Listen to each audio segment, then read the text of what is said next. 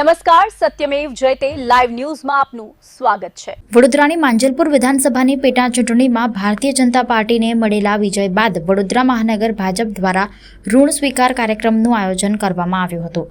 કાર્યક્રમમાં ભાજપના પ્રદેશ અધ્યક્ષ જગદીશ વિશ્વકર્મા અને સંગઠન મહામંત્રી રત્નાકર મુખ્ય ઉપસ્થિત રહ્યા હતા।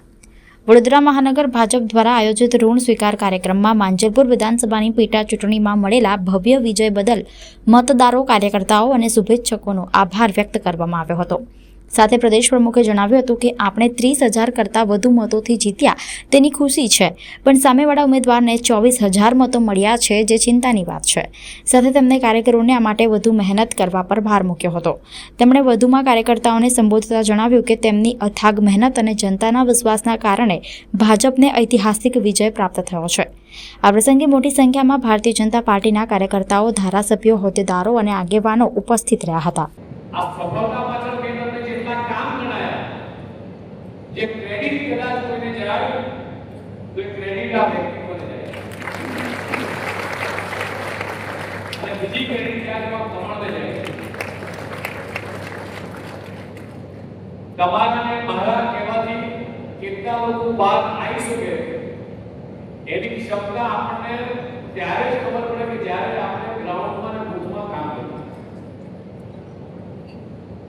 સતીશભાઈને પણ કહું છું, વોર્ડના 4,000 અધ્યક્ષ કાઉન્સિલર બધાને કહ્યું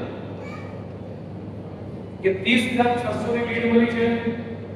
24,400 વોટ કદાચ આપણને નથી મળી શક્યા, પણ આ બૂથોની અંદર આ મતદાતા પાસે પહેલા જજો, એમની સાથે સંપર્ક કરો। જે રીતે આખે માંજલપુરના તમામે તમામ પક્ષના કાર્યકર્તાને આપણે અહીંયા બોલાયા છે। આ વિધાનસભાના અને જિલ્લાના શહેરના તમામ કાર્યકર્તા અહીંયા આવ્યા છે। તો જે જગ્યાએથી મત મળ્યા છે અને જ્યાંથી કદાચ મત નથી મળ્યા, સમર્થન નથી મળ્યું, ત્યાં સુધી પહેલા એ લોકોને ક્યાં શું કઈ પ્રકારની એની સમસ્યા છે, એ સમસ્યા હલ કરી શકો તો કદાચ 24,000 વોટ પણ એ આવનારા દિવસોમાં આપણા ખાતામાં આજે ભલે કદાચ એમને સમર્થન નહીં મળ્યું હોય, તમારી મારી વાત કદાચ ત્યાં હમણાં સુધી નહીં પહોંચ્યું હોય। 2022 ની અંદર કુલ વોટિંગ 60% થયું, ભાજપને 75% વોટ શેર મળ્યો, 24માં પણ 60% મતદાન, 80% વોટ શેર। આ વખતે 37% અને 67.18% વોટિંગ શેર। પણ હજી આપણે આના કરતા વધારે મહેનત એ આગામી દિવસોમાં કરવાની। દેશના યશસ્વી પ્રધાનમંત્રી માનનીય મોદી સાહેબે 140 કરોડ ભારતીયોને માથું ઊંચું કરીને છાતી ગાડીને પ્રજાની વચ્ચે જઈ શકે, કાર્યકર્તા જઈ શકે એવા તમામ કામો કર્યા।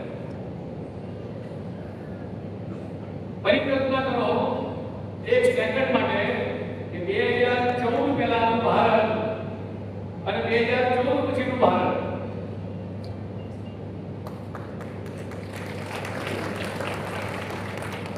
બે હજાર પહેલાનું ગુજરાત અને 2002 પછીનું ગુજરાત, આ બધાનો તફાવત તમે જોશો અને આ દેશની પ્રજા અને ગુજરાતની પ્રજા બારે વિજય કમળને માનનીય મોદી સાહેબના ભરોસાના વિશ્વાસ પર વોટ આપે છે। એનું એકમાત્ર કારણ છે કે બદલાવ પ્રજા કરી આપે છે। 30,000 ની લીડથી જીત્યા એનો આનંદ છે, પણ 24,600 વોટ મારા ખાનામાં નથી પડ્યા એનો મને ખેદ પણ છે।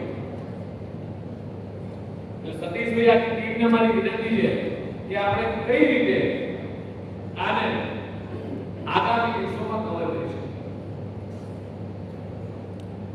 હું રત્નાકરજી મારીને બધા જ લોકો, સીએમ સાહેબની બધા જ લોકો કુલ 18 પ્રકારની અલગ અલગ બેઠકો કરી। જ્યારે કોંગ્રેસ પાસે પોલિંગ એજન્ટ 260 પૂરતા પોલિંગ એજન્ટ હતા, 12 ટેબલ પર ઉઠના લગાવવા કાર્યકર્તા હતા, અને જ્યારે એમને એની હાર ભારતી દેખાઈ ત્યારે એ રોડ પર મારામારી જેવા દ્રશ્યો સર્જ્યા આપણે ઇલેક્શનના દિવસે।